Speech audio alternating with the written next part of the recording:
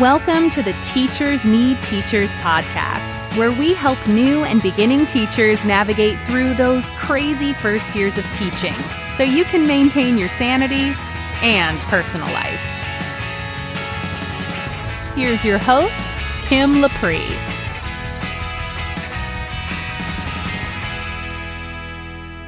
Welcome to the Teachers Need Teachers podcast, episode number 13. I'm your host, Kim Lapre from teachersneedteachers.com, which is a coaching and community site for new and beginning teachers who don't want to just survive those first few years, but actually thrive. Hey, thanks for hanging out today. I have another wonderful episode for you, as always, and this is because I have a special guest. His name is Rick Mohrien, and he's the principal at Winget Park Elementary in Charlotte, North Carolina. Rick and his school are dedicated to bringing project-based learning to their students and creating real-world experiences that will prepare them for any future they choose. You'll hear in this interview the awesome opportunities that Rick and his staff have sought out so that their young learners can see the career possibilities right in their own town. And of course, Rick interviews me, and his feedback should reassure many of you new teachers who worry about your lack of experience affecting your chances of being hired. Here's my conversation with Rick. So welcome, Rick, to the podcast, and I really appreciate you taking the time to be here. Could you please tell my listeners a little bit about your teaching experience and how you came to your current position? Yeah, absolutely. Well, thank you, Kim. I appreciate you having me. Really excited to share about, myself, my school, and the experiences that I've had. So I think if 10 years ago someone had said, hey, one day you're going to be an elementary school principal, I would have probably laughed at them and walked away.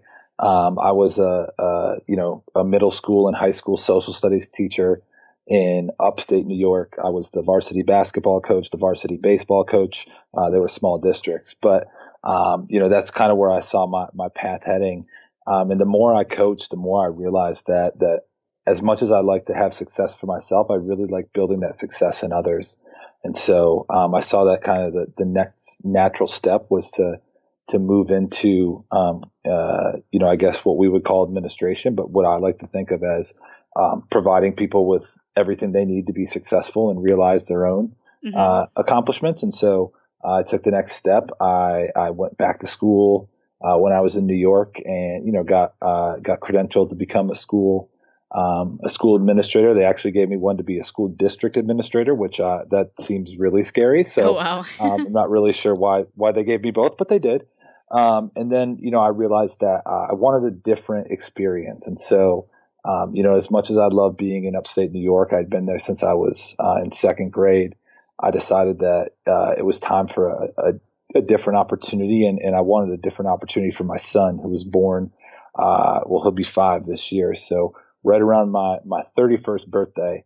And so my wife and I talked about it, and I started looking for opportunities, and I found one called New Leaders for New Schools. Now it's just called New Leaders. And they gave me the opportunity to get some additional training and to get a 1-year residency with a successful principal in a large urban school district. And so that brought me down to Charlotte. I spent 1 year as a resident principal at the largest elementary school in Charlotte. It had about 1,500 students. Oh, my goodness. And in a building that was probably meant for like 750. So we had 44 learning cottages. Wow. So that really opened my eyes, considering that I had just left a district with 500 students. So it was kind of like culture shock. But at the same time, I realized that there was this great opportunity to really, impact lives and really just, have a fun time helping kids realize, their vision for the future and helping them gain the skills that, helping them gain the skills to do so. And so after that, I was an assistant principal for 3 years at a smaller elementary school here in Charlotte. And then just last year, I had the opportunity to become the principal at Winget Park Elementary here in Charlotte, Mecklenburg. And I just finished my first year as a principal. So I survived my first year, and I'm ready to thrive in my second year. So I think it's always interesting when do these interviews and talking to principals that it's always been sort of a windy road. Very rarely has it been, I taught at this school and I became the principal at this school. So I love hearing about the different experiences that took you to where you're at. And it sounds like then the school that you're at is very different from the one that you started out teaching at then in New York? Yeah, so I would say, I grew up and taught really in very, very homogenous towns and school districts. So everybody was, very similar from the same background. Mm-hmm. Everybody looked the same.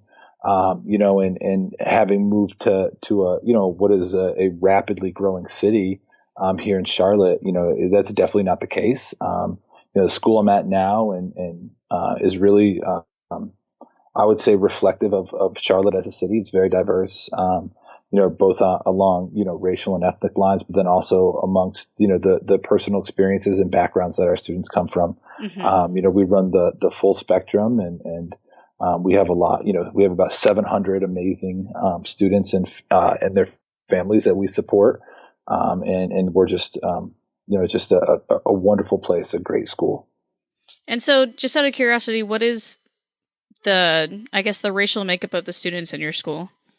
Yeah, so we're right around, I'd say and I'm going to round some numbers up. So this adds up to over 100. Okay. I apologize. I was, It's okay.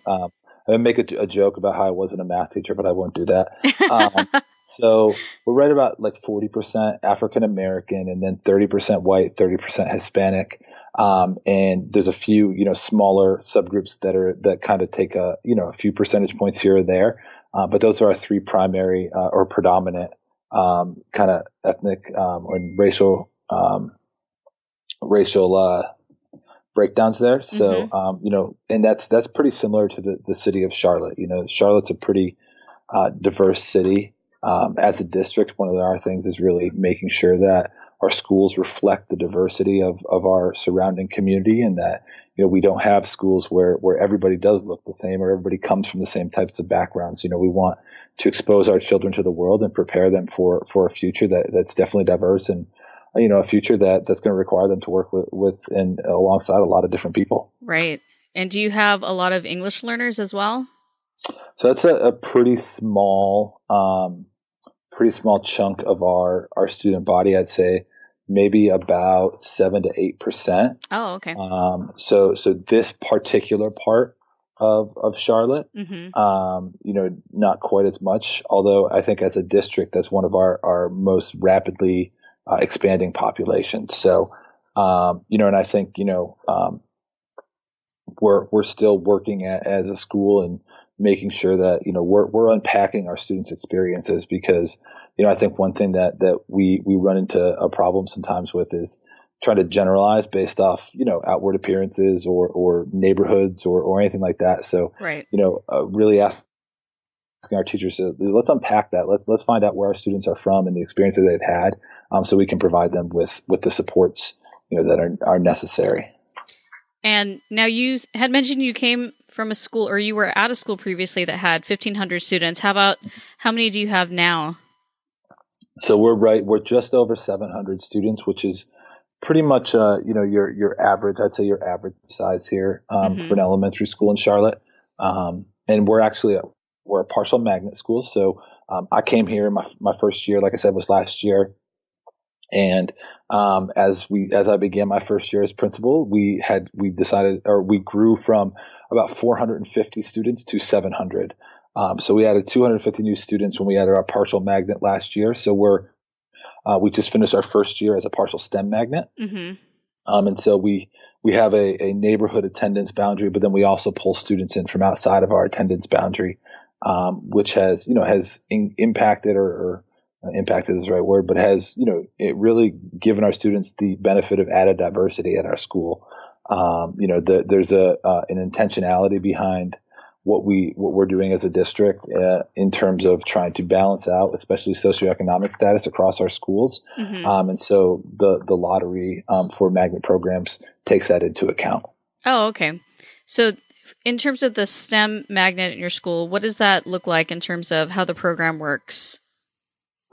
Yeah. So this year, our big focus, and our professional development focus for the entire year is going to be around project-based learning. And so, as a faculty, we decided, or we committed to the fact that STEM really isn't about content per se. Mm-hmm. And it's really more about a way of thinking, and a way of learning, a way of teaching. And so we've committed to seeing STEM as creating flexible, creative, independent thinkers who can problem solve. Right. And so last year was about exposing them and giving them opportunities to do that. I'll admit that the first year, I think some of it was a bit forced, in terms of like, let's have a STEM day or let's do these engineering challenges. But I think that was a great way for our teachers to kind of get their toes wet before we jumped in with project-based learning, because we wanted to make sure that we didn't just say we were doing project-based learning, but in reality, just doing projects. Mm-hmm. And so this year, we really want to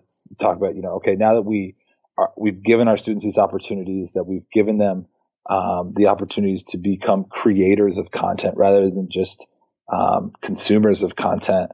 Let's use project-based learning to help them grow, and let's use project-based learning as a vehicle for preparing our students for the future. We're lucky to have, in our little southwest corner of Charlotte, we have a ton of what I would call STEM-related industries here. Uh-huh. So some of the big names like Bosch, Siemens, Microsoft is down here. So those are our natural partners that we're working to build.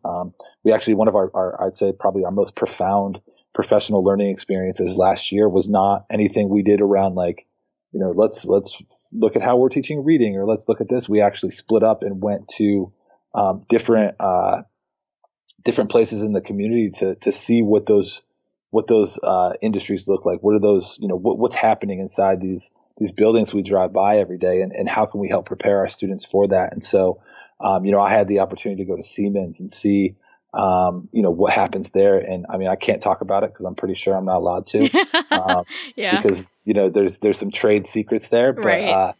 it was amazing. I think, if you've never been into, I'd say a modern, industrial site, it is not at all what I thought it would be.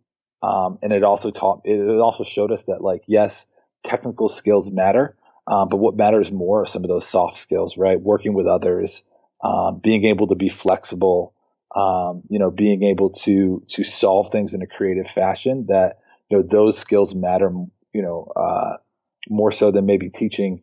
Oh, I'm gonna, let me teach you how to code using this language.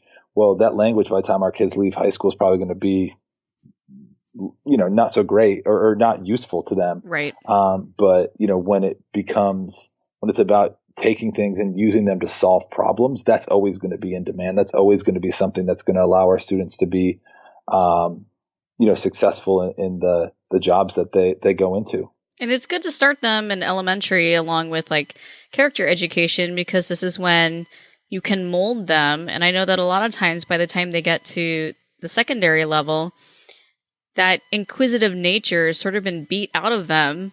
It's more like, this is the assignment, here is the answer, this is how many points you earned. And they're a lot less likely to take risks once they get to the middle school. So I think that the fact that you're really emphasizing that right now, early on in their education, it'll make it easier for them to transfer those skills as they move on. Yeah, that's something we talk about a lot, is that, we want to make sure our kids, we don't want them to leave here less creative than they came in, right? I mean, you think of your 5-year-old coming in for that first day of kindergarten, they're a creative, they're just amazing. Like, the ideas that kindergartners will come up with are amazing. And, we want to make sure that we're enhancing that, not saying, no, sorry, we need you not to think so far outside the box, but instead worry about just getting this one right answer or that one right answer. There's a place for that, but in reality, creative problem solvers have always been successful. I don't care. You name a time in all of recorded history or even unrecorded history, those are the people who thrive. Those are the people who succeed. And not that there's not room for everybody, but I think, if we can have all of our students leave here ready to solve problems, ready to think in different manners, then we've done our job. We have a makerspace here, and I see a lot of elementary schools that have maker spaces that don't get used very often. I mean, ours is in constant demand, either from classroom teachers or from a special area class that we have that's in there. And I mean, just the creations that our kids come up with are phenomenal. They're amazing builders. They're amazing thinkers. And, we want to make sure we keep developing that so that when they leave here, there's no limit to what they're able to do. Now, are most of your teachers self-contained in your school? Yeah. So, the majority of them are, we do some departmentalization in, our 4th and 5th grade classrooms. Mm-hmm. But for the most part, we're self-contained. And then we have a pretty diverse school in terms of just the different things here. So, we're one of the schools in the district that has a pre-K program. Oh, nice. So we work to embed some of that STEM thinking in our pre-K program. We have 4 classrooms that serve students with autism. And so we work to make sure that those are, those same mindsets, those same ideas, those same experiences are embedded in all of our classrooms. Right. Because I'm trying to wrap my brain around, especially with the self-contained teachers, I bet that it's a lot easier for them to do project-based learning because they can be more interdisciplinary if they're teaching all the subjects, so they can make it apply to reading, writing, math, science, all of that. Yeah, that's something I think that, we're continuing to work towards a kind of a schedule where it's not like, oh, this is reading time, this is math time, this is science. Like instead it's like, hey, this is learning, right. And it's just that time of day. And, I think, that a lot of times, for all of us, like our thinking isn't in silos of like, all right, I'm only going to be thinking about math for this part of my day. And so we want to, I think it's about bringing things together, and really showing kids, I think of literacy, especially like showing kids that literacy is part of everything that we do, that becoming a good reader or developing as a good reader isn't just in being able to read and tell me about what you read, but it's being able to read and then use that as a basis for creating and building and making. Right, because literacy applies to every subject. Right? I mean, that's what literacy is life, whether, we can get into different types of literacy and what does it mean, but in reality, everything you do is grounded in some way in literacy. Right. No, absolutely. And so because you are a STEM magnet school, is that something that you keep in mind when you're hiring new teachers? Are you looking for someone who will either have STEM experience or they're willing to be part of that STEM experience as well? I think it's something that, we don't say like, oh, we're only going to find someone who's been in, previously in a STEM school. I think, what we do look at it is like, hey, if our model is around creativity, then we need to find creative people. And we want people who, are not afraid to do things a little bit differently.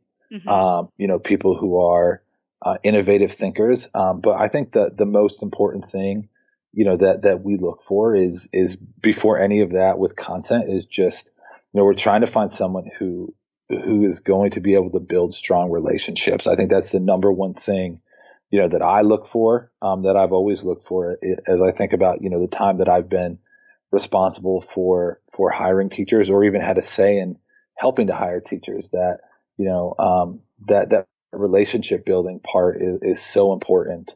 And it's so key, especially, I think especially in the elementary, at the elementary level, but across everything. Like, we need people who are going to build strong relationships with children, strong relationships with families, and strong relationships with their colleagues, because that's going to allow us to thrive.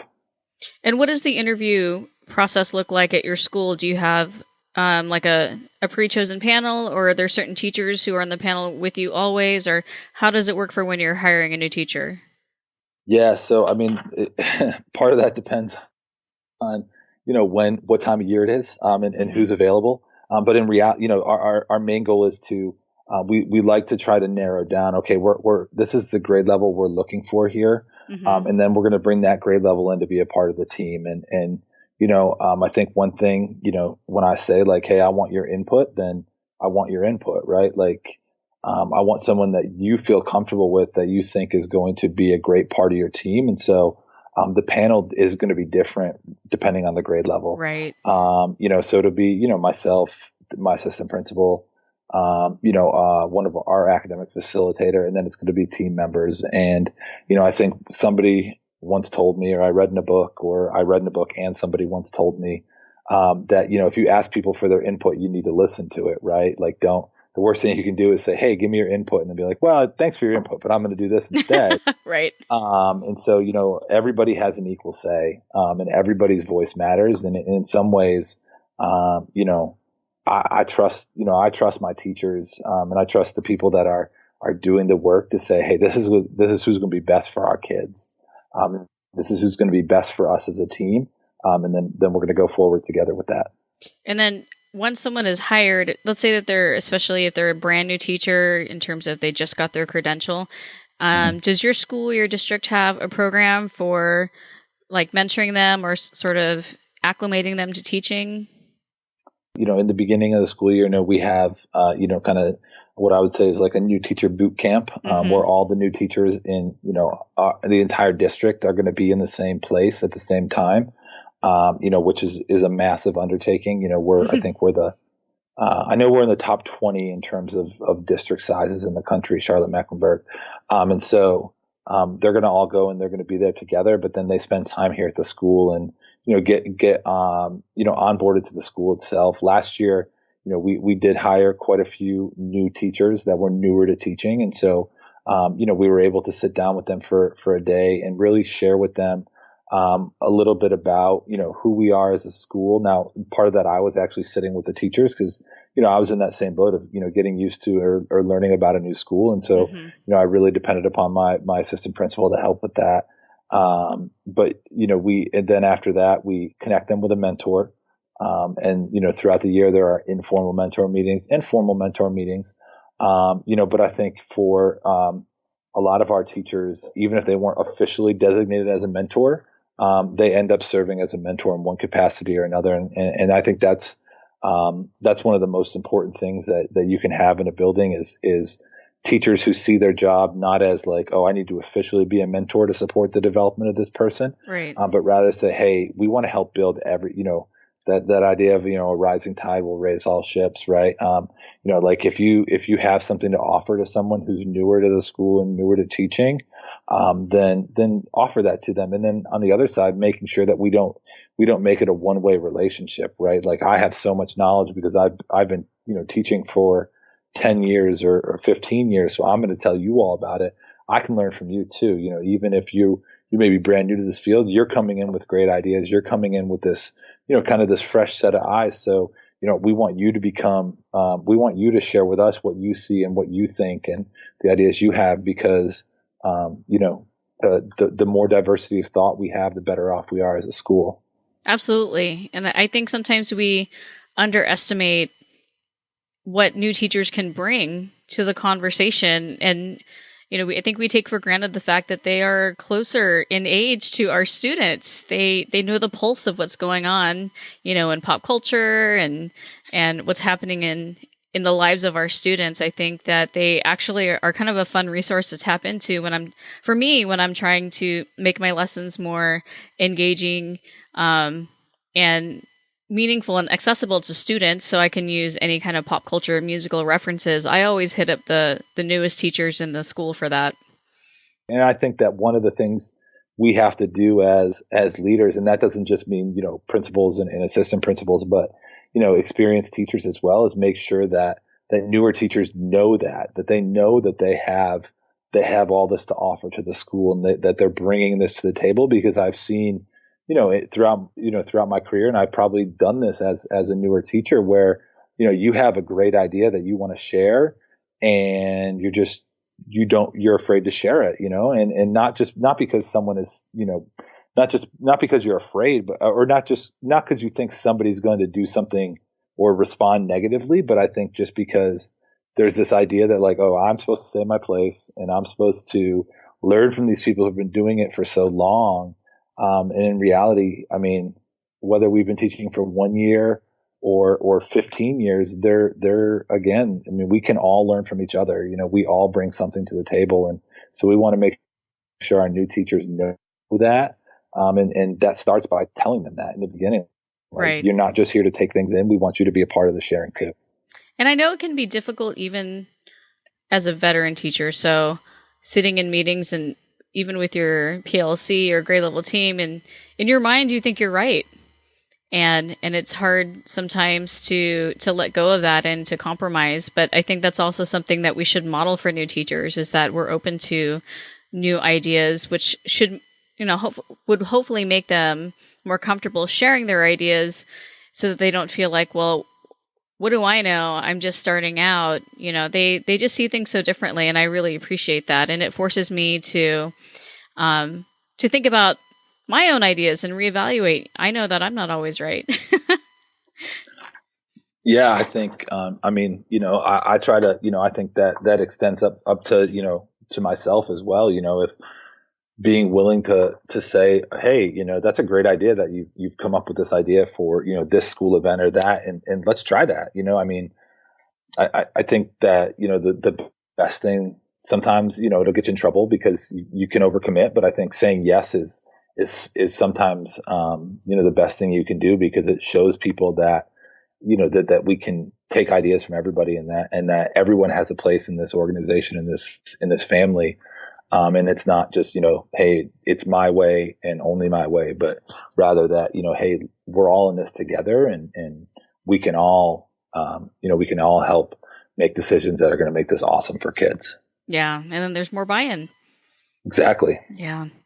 So if I were interviewing for your school, what questions would you ask me?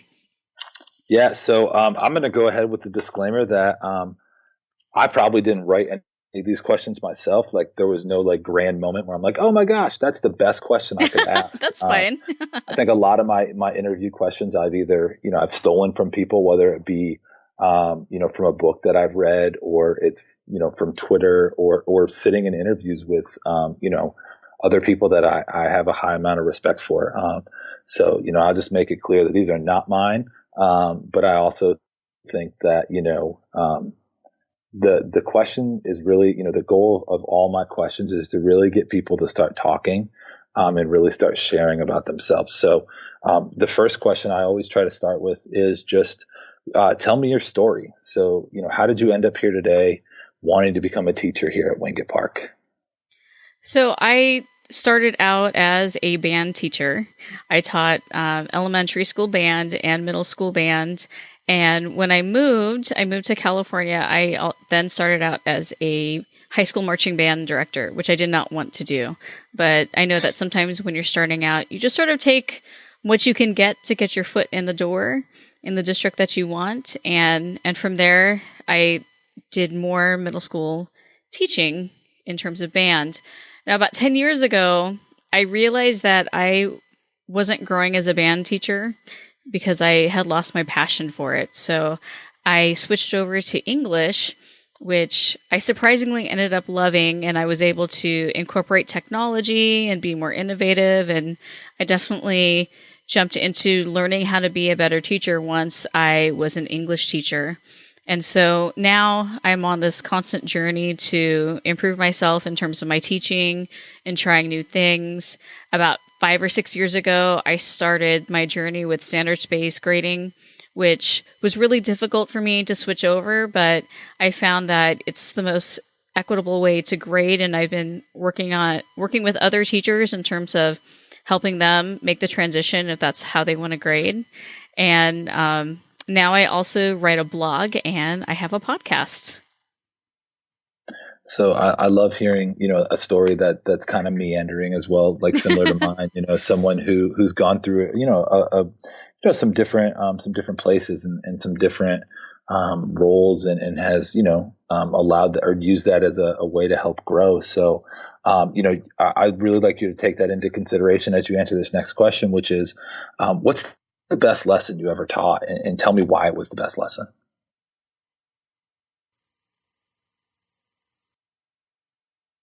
Okay. I had to think. I have a lot to pick from, so I had That's to. good. That's I had good. to pick one. So I recently did a lesson. It was a project-based lesson with my students, and it was on writing for an authentic audience.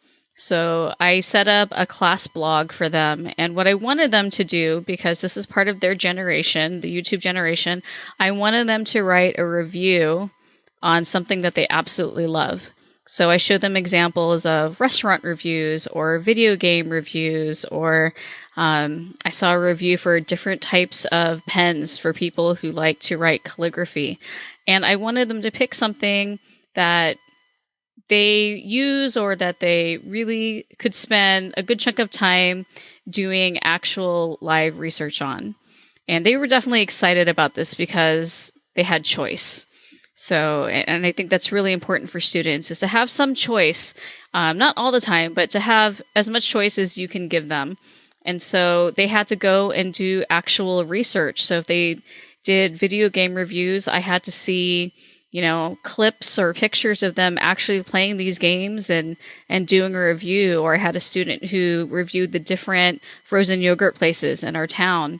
And he took pictures, and I showed them how to choose criteria and have a rubric, just like teachers do. How are you going to grade all of these so that it's consistent across the board? And it was a really eye-opening experience for them, because they've seen these types of reviews like on YouTube or just even in blogs, but they didn't really know how much effort it took into it. It took to actually do it. And they were able to use their writing skills, because I teach English. They were able to use their writing skills. They were able to be a little more persuasive or argumentative when they were saying like which video game was better than the other. And it was just, they loved the hands-on real world experience, and showing them that they do have a voice that matters, and that writing and learning can be really fun. So they posted their reviews on this blog, and then I had them go in and comment on each other's reviews. So it was probably my students' favorite lesson ever. And I've been teaching for 17 years, and I haven't seen them this excited or this engaged in a lesson. That sounds awesome. That sounds like a great experience. And I mean, thinking about, students leaving with something that they can apply to the real world, and experiences that instantly give them a voice, I think that's amazing. So obviously, that wasn't something that was easy for kids to engage in. It took a lot of work and a lot of time. So, obviously, I would assume that you have some really strong relationships with your students. So thinking about, coming here to Winget Park, it's the first week of school. Can you tell me what you're doing to help build those same relationships with your students? Absolutely. So one thing I can tell you that I'm not doing that first week of school is I'm not going over my syllabus or my school supply list. I think that a lot of students expect to be talked at the first day or the first week of school. And I think that's the wrong way to introduce yourself and your environment and your classroom culture to students. So I know there's typical icebreakers like, like games or scavenger hunts where they have to get to know each other. I do give them a couple of, I drop a couple of classroom policies here and there along the way. I don't give them a piece of paper with all the rules listed. I have them demonstrate some of those, and I go into the logical reasons in terms of why I have these classroom policies. And I just try to make them feel like they're part of it, not that they're walking into it and, they're just kind of sitting there in those chairs in this classroom. I want them to immediately feel like this is their classroom for that particular class period. And I want them to get to know me as fast as possible, and I want to get to know them as fast as possible. So another thing that we do probably around the third or fourth day of school is I have them do sort of like a personal crest like they had during medieval times, where they have to put items that represent them and their interests and their families. And then I hang those up immediately on the wall. Number one, so they can feel some pride in who they are. and have themselves represented in the classroom, but also so that when parents come for open house, they can see their students' work. That's great. I Thanks. think, yeah, I mean, again, relationships are key here for us. And that's really what, we're looking for, is someone who can build those strong relationships with our students. But we also know that, without, support at home and without really a strong student, teacher, parent or family relationship, that it's going to be a challenge to, or it's going to be that much harder to support a student's growth. So, thinking that same question, it's the first week of school. Tell me what you're doing to build relationships with your students' families. I do send a letter home, just introducing myself and welcoming them, and definitely giving them all the different avenues that they can reach me, because I think one of the best ways to build relationships with parents is to make yourself available. Not like give them my phone number so they can text me available. We use the Remind service for that so that they can reach me. But I do try to make it so that they understand that I'm open to communicating with them and hearing any of their concerns. And I also have, it's sort of an assignment that the students are like, what, you're already giving me homework? But it's a student resume that I give them, where they outline the schools that they went to previously, because this is middle school. So I want to know where you went, what you think you're good at in school, and any activities that you do. And then I ask the parent to write a letter of recommendation for their student. So I phrase it like, your student is applying to be a student in my classroom. Please write a letter of recommendation outlining their personal and academic strengths. And the parents love this. They love to brag about their kids. And so this gives me a connection into their lives and why they are so proud of their student. And I think they really appreciate me reaching out to them that way. That's awesome. I'm actually, aside from what, the podcast, I'm going to write that down as an idea to share with my teachers. Actually, I think that's great, and a great way to learn about some things that, might not, that kids might not think matters in school. Mm-hmm. Like, oh, you should see, this skill or this talent they have, or here's what I see at home. And I mean, that's awesome. I'm going to steal that. So obviously, kind of tying into that, then my last question is, how do you help keep yourself fresh as a teacher? How do you help yourself grow as a learner? What are some things you like to do to support your own professional growth, maybe outside of, the required professional development? Right. I think for me, I'm always growing and learning and self-reflecting, first of all. And so when I find something that I need to work on, for example, like when I was trying to figure out how to do standards-based grading, I take to the internet. I go on Twitter. I go in Facebook groups. I also try to find books on Amazon. So when I wanted standards-based grading, I went to like Ken O'Connor and Rick Mohrien. And so I read books that I know that I need for a particular area of growth. I know there's a lot of books on general educational philosophy and innovation, but for me, it's almost like I'm going to school all the time, so I need subject-specific books. So I do that, as well as I also read blogs. I think that I love to pick the minds of other teachers that I respect, and I feel that they kind of keep me on my toes as well, because they sort of they raise the bar. So I like to read what other teachers are thinking, as well as using social media, not just for showing pictures of my daughter and my cat, but also so that I can see what else other people are into, what books are they reading, or who are some of the new thought leaders that I should be looking up. So I don't attend conferences as much as I would like to, mainly for the cost and time. Mm-hmm. So I just have my own PD that I create for myself. I think, Twitter has really become like a game changer for education. It's so easy to connect with people across the world and to learn about what's happening. Mm-hmm. I think one thing I have to do a better job of, personally, is making sure that I'm not just taking in ideas on Twitter, but that I'm trying to share ideas as well. Because I have to remember, even though like I may not have as many followers as someone else, I have ideas too, and they may help somebody. And so, instead of letting them sit inside my head, or even just stay in my little small school here in Southwest, Charlotte, North Carolina, putting them out there, and letting other people see them, and letting them decide what they think of them. But at least I'm getting it out there, and I'm sharing it with them. So I think there's a lot of like, oh, I don't go to conferences, I don't do this, but I think that Twitter is literally a conference every day almost. It's you can learn so much from, and not even just like, yes, you can be a part of Twitter chats and things like that, but you don't have to be. I know, we already don't have enough downtime as it is. Right. So you don't have to do anything structured. I think there's just so much out there and so much to take in, that it's really almost, it's really hard. It's really, Twitter is probably where I would tell people, hey, start there, Right. to read a book, read 280 characters first, and then let that guide you to where you want to go and what you want to learn about. Well, and people suggest really good articles as well.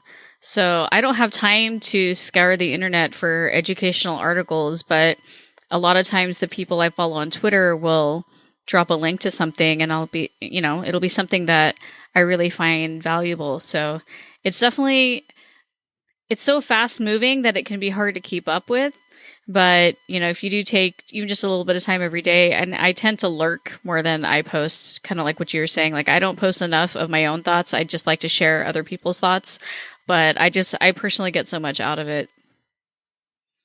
Oh, I agree. I've like I said, I think most of what I do, a lot of my, questions or even ideas are things that someone, I saw on Twitter. I'm like, hey, that's a great idea. Let me, how can I make that work for my school? And I think one thing that's great about, in general, the education community that's on Twitter is that no one's there to, claim credit for anything. They're just there. The majority of people are there to say, hey, I'm going to share this because maybe it can help make somebody else's school or someone else's classroom, or even just the life of one child, that much better. Mm-hmm. So let's put it out there for someone to see if they'd like to use it. Yes, absolutely. Do you have any feedback on my answers or anything that you would like maybe add? Because I'm trying to help my listeners who are going to be going into interviews and maybe they've never interviewed before.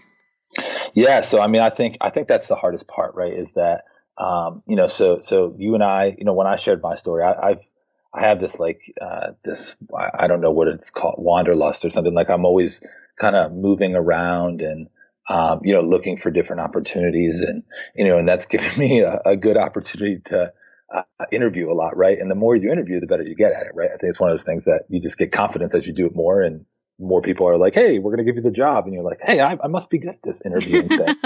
Yeah. So, I think the first part is making sure, that you come across in an authentic manner, right? So, you definitely did that in your first answer, talking about your story, sharing everywhere you've been, and kind of, even being, I think being honest. Sometimes, there's a desire to speak in maybe all positive terms. And, and obviously we don't want to be like, hey, well, that was a real bad school year, but at the same time, sharing real, this isn't where I really wanted to be. I really wanted to be doing this. And, so I think that authenticity is really key, of coming across, and sharing who you are as a real person. Number two is like the second question I ask about the best lesson is something that I like to try and see what someone's kind of, I'll say almost their North Star is. Like, what are you going to tell me about? Are you going to tell me about a time that, oh, well, I taught this lesson and the kids got really high test scores? Or are you going to tell me about an experience you created for kids that made learning, engaging and awesome for them? And so I know that's what I'm looking for, is I'm looking for someone to share with me, again, like, what is it that you did that really made the learning, awesome for kids, right? And not that, we want our kids to perform at high levels, but sometimes, the things that have an impact on students can't always be measured with, with tests or even rubrics. I think, just the experience or just showing them that they can create something that is going to have an impact on people's lives is crucial. Now, on that second question, for a new teacher, maybe they just got out of student teaching. Would it still be okay if they mentioned a lesson that their cooperating teacher had them do, if that makes sense? Like it wasn't their own lesson. Would that still be acceptable? Yeah. So sometimes, I mean, so some of our teachers now, and I'll kind of say like, hey, I know you're looking for your first teaching job. So, either tell me about the best lesson that you've ever taught, or tell me about the best lesson you've ever, so the best lesson you've ever seen somebody else teach. Okay. What is it? Because I'm trying to see like, hey, what is this person? Because that word best is, I mean, that can go in so many different directions. And again, like, there's. I don't believe that there's a scientific approach, although I believe there are people out there that'll tell you that. I don't believe there's a scientific approach to hiring people. I think it's, you have to connect with people on a personal level. And so I would say, like, I'm looking for someone to share with me, a great experience that's been created for students, whether they did it or whether it was something that had an impact on them. Because most likely, if it had an impact on you, then when you get into the classroom, those are the types of things you're going to do. Right.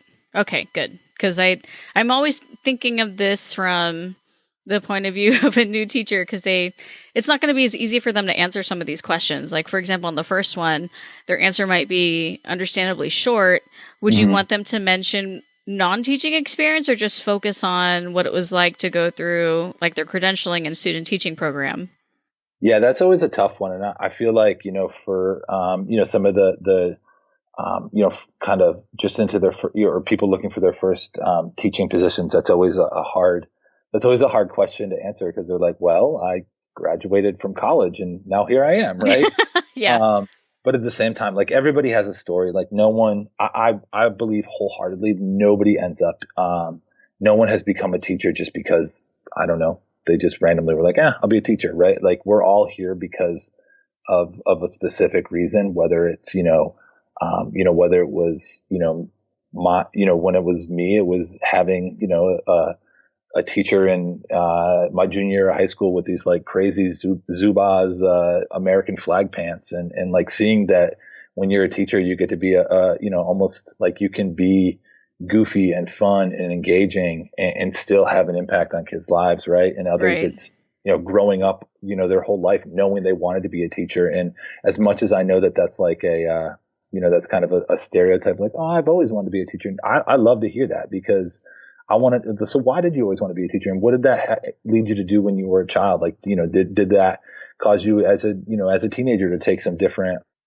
to do some different things? So tell me about who you are, because I think the other thing too is, we want to hear about who people are as people, right? Not just as professionals. So, because then I also know, like, when I hear those stories, if I know I have a teacher that might have some way to connect to that teacher, now I can match them up. And that's a great mentorship opportunity, or even just someone for that teacher to feel connected to at first, you know? I think people forget that sometimes, like, being a new teacher is like being the new student at school. It's hard. I remember my first day I walked in, I'm like, oh, this is like high school, but worse. Because in high school, I mean, I was from a small town, so I knew everybody. So it was completely worse than high school. So, but I mean, I think, and I think the other part too is, like, as much as I'm interviewing someone else, I try to make it a dialogue, because I think they're interviewing us as well,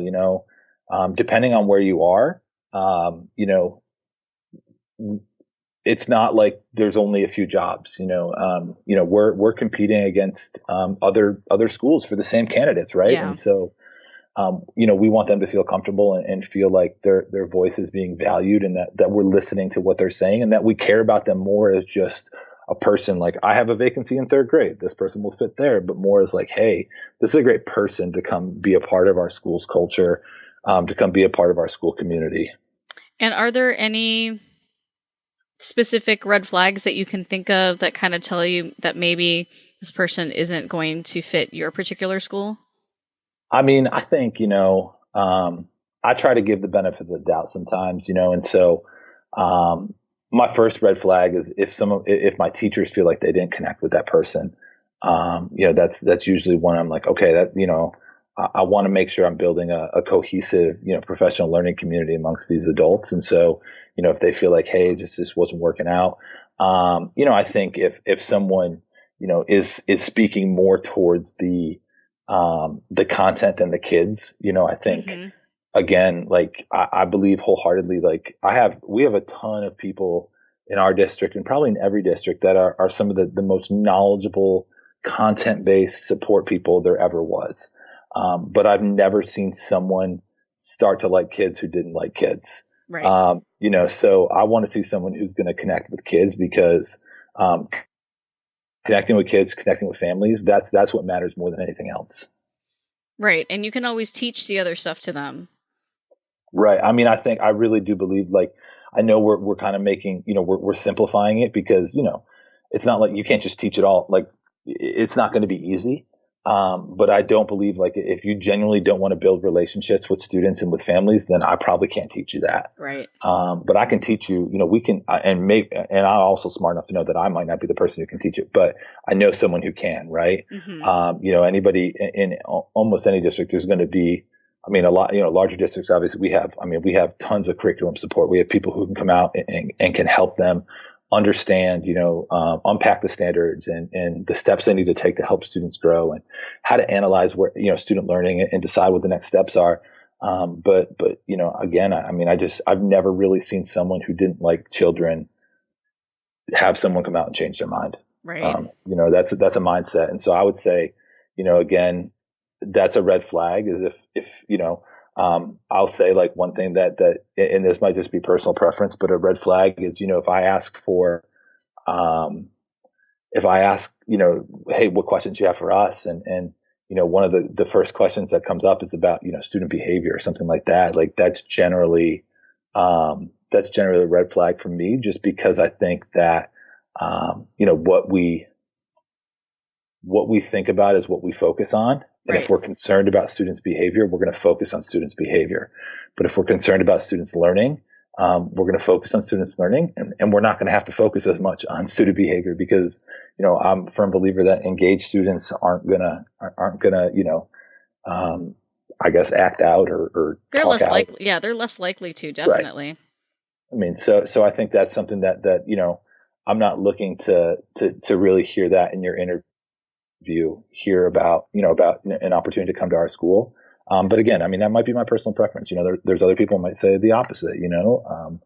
But I really want to hear someone talk about being genuinely, just recognizing the awesome opportunity we get as educators to work with the future, the future of our community, the future of our country, and to understand that that's not something that is to be taken lightly.